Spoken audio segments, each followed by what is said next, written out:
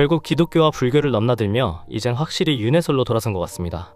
누가 누구의 엄마였고 딸이었고 시어머니였고 사실 뭐가 뭔지 모르겠네요. 충격적 반전이 나올지 작가들의 전작처럼 한낱 꿈일지 뭐일지 궁금해지네요. 그리고 이렇게까지 오래 소미의 정체가 오래갈 줄 몰랐습니다. 여전히 미궁속이죠. 하지만 점점 퍼즐이 맞춰지기 시작한 것 같은데요. 결국 소미의 정체는 공교롭게도 낙준의 과거에 달려 있었습니다. 자, 그럼 낙준은 직업이 뭐였을까? 형사였을까요? 확실한 건 결국 낙준이 범인이라는 말도 있던데요. 그건 절대 아니라고 생각됩니다. 그렇다면 천국에 있을 수 없었겠죠. 이 문제는 아주 간단하죠. 그렇다면 예고에서 보인 아이를 끌고 가는 듯한 장면은 뭘까요? 아마 잠시 보여주는 떡밥 정도라고 생각하고요. 범인은 역시 납치 살해범 강정구라고 생각합니다. 강정구와 낙준의 분노로 휩싸인 관계. 소미도 강정구를 보자마자 보인 마치 악마 같은 형상의 행동들. 지난 영상에서도 나왔듯이 기억의 배경이 대략 1970년대. 그리고 강정구의 대사.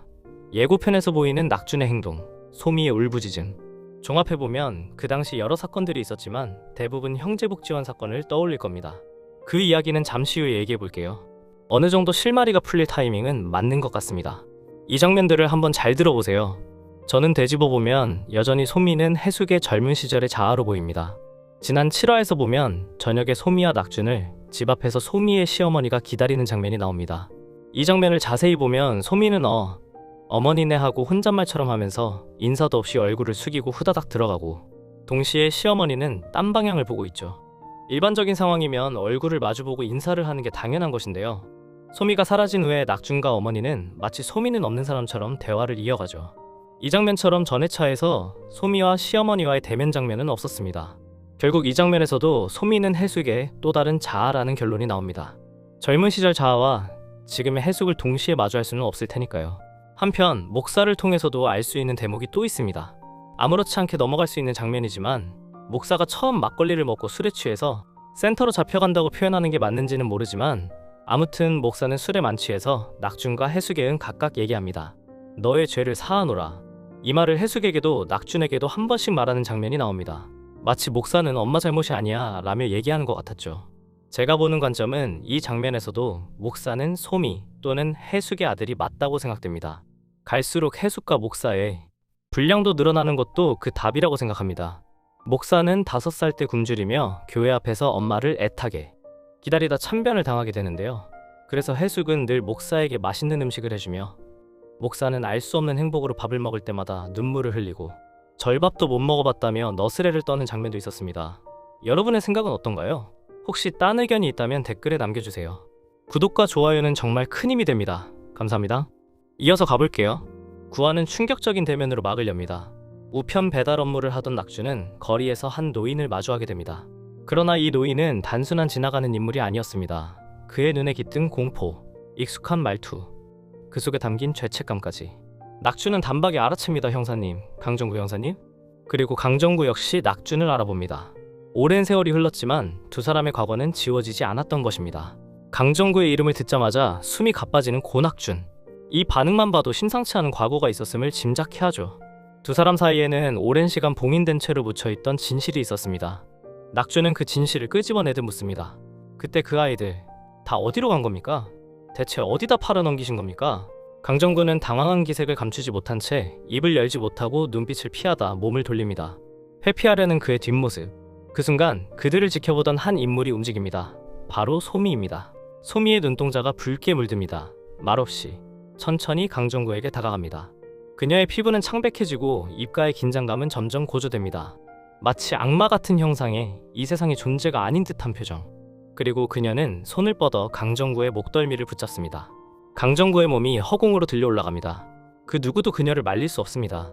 낙준 씨는 놀라움과 공포에 얼어붙고 주변 사람들은 혼비백산합니다. 소란 속에서도 소미는 표정 하나 바꾸지 않은 채 강정구를 매섭게 응시합니다. 말은 없지만 그 눈빛 속에는 분명한 외침이 새겨져 있었습니다. 그녀는 말로 표현하지 않았지만 온몸이 외쳤습니다. 내 아이를 어디에 두었습니까? 소미의 그 분노는 단순한 감정이 아닙니다. 슬픔, 그것은 육체로 다시 살아난 원한이었고 어머니라는 존재가 자식을 향해 품는 마지막 절규였습니다. 이윽고 소미의 손에서 풀려난 강정구는 길 위로 나가 떨어지고 곧이어 돌진해 오는 트럭에 그대로 치이고 맙니다. 공포로 그 자리에 얼어붙습니다. 하지만 더욱 무서운 건 소미였습니다. 그녀의 눈빛은 여전히 붉었고 몸에 흐르는 어둠은 사라지지 않았습니다. 그 순간 나타난 저승사자조차 그녀 앞에서는 무기력했습니다. 아무 말 없이 그녀를 물끄러미 바라보기만 했습니다. 천국의 질서를 집행하는 존재조차 그녀를 제지하지 못한 것은 어쩌면 그녀가 아직 천국도 지옥도 아닌 무엇에 속해 있는 자이기 때문일지도 모릅니다.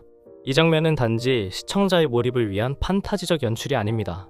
이는 이 드라마가 품고 있는 주제, 삶과 죽음 사이에 심판되지 않은 이야기들에 대한 은유입니다. 강정구가 죽음에 남긴 마지막 한마디, 그때는 다 그랬어는 하나의 변명이었고 동시에 참담한 고백이었습니다. 그는 그때라는 시대의 이름으로 너무 많은 것을 용서받으려 했고 그 시대는 너무 많은 사람들을 이름도 없이 사라지게 했습니다. 그중 한 명이 바로 소미의 아들이었을지도 모릅니다. 시대적 배경은 1970년대. 이는 단순한 설정이 아니라 실제 존재했던 부산 형제복지원 사건을 떠올리게 합니다.